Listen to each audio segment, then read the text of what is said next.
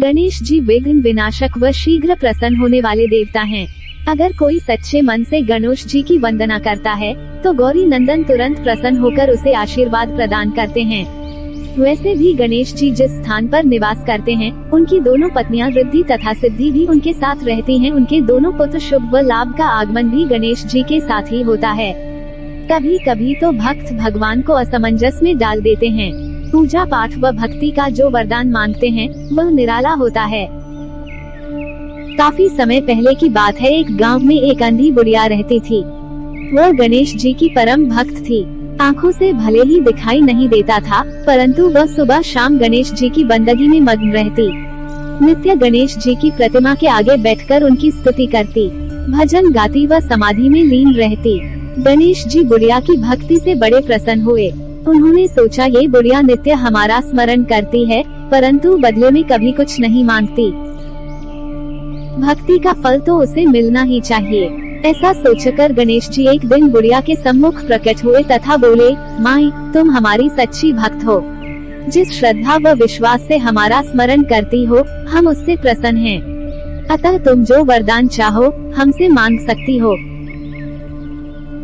बुढ़िया बोली, प्रभु, मैं तो आपकी भक्ति प्रेम भाव से करती हूँ। मांगने का तो मैंने कभी सोचा ही नहीं, अतः मुझे कुछ नहीं चाहिए। गणेश जी पुनः बोले, हम वरदान देने के लिए आए हैं। बुढ़िया बोली, हे सर्वेश्वर, मुझे मांगना तो नहीं आता। अगर आप कहें तो मैं कल मांग लूंगी। तब तक मैं अपने बेटे व बहू से भी सलाह मशवरा कर लूंगी।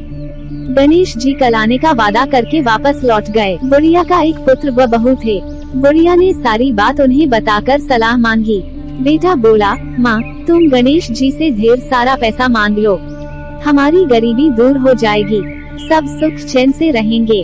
बुढ़िया की बहू बोली, नहीं, आप एक सुंदर पोते का वरदान मांगें। वंश को आगे बढ़ाने वाला भी तो चाहिए। बुढ़िया बेटे और बहू की बातें सुनकर असमंजस में पड़ गई। उसने सोचा, ये दोनों तो अपने अपने मतलब की बातें कर रहे हैं। बुढ़िया ने पड़ोसियों से सलाह लेने का मन बनाया। पड़ोसन भी नेक दिल थी। उसने बुढ़िया को समझाया कि तुम्हारी सारी जिंदगी दुखों में कटी है, अब जो थोड़ा जीवन बचा है वह तो सुख से व्यतीत हो जाए। धन अथवा पोते का तुम क्या करोगी? अगर तुम्हारी आँखें ही नहीं हैं, तो ये संसारिक वस्तुएं तुम्हारे लिए व्यर्थ हैं। अतः तुम अपने लिए दोनों आँखें मांग लो। बुढ़िया घर लौट आई। बुढ़िया और भी सोच में पड़ गई। उसने सोचा, कुछ ऐसा मांग लूं जिससे मेरा, बहू व बेटे सबका भला हो। लेकिन ऐसा क्या हो सकता है? इसी उधेड़पुन में सारा दिन व्यतीत हो गया। बुढ़िया कभी कुछ मांगने का मन बनाती तो कभी कुछ, परंतु कुछ भी निर्धारित न कर सकी। दूसरे दिन गणेश जी पुनः प्रकट हुए तथा बोले, आप जो भी मांगेंगे वो हमारी कृपा से हो जाएगा, ये हमारा वचन है।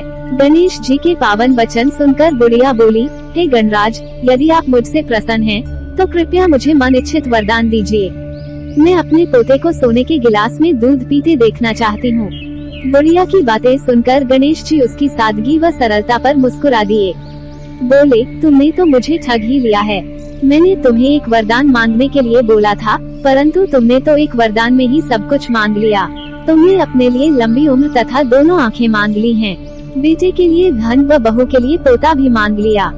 पोता होगा, ढेर सारा पैसा होगा, तभी तो वह सोने के गिलास में दूध पिएगा।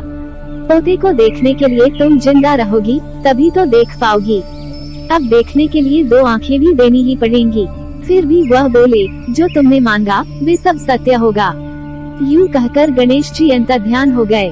कुछ समय पाकर गणेश जी की कृपा से बुढ़िया के घर पोता हुआ।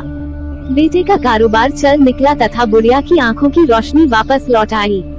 बुढ़िया अपने परिवार सहित सुखपूर्वक जीवन व्यतीत करने लगी।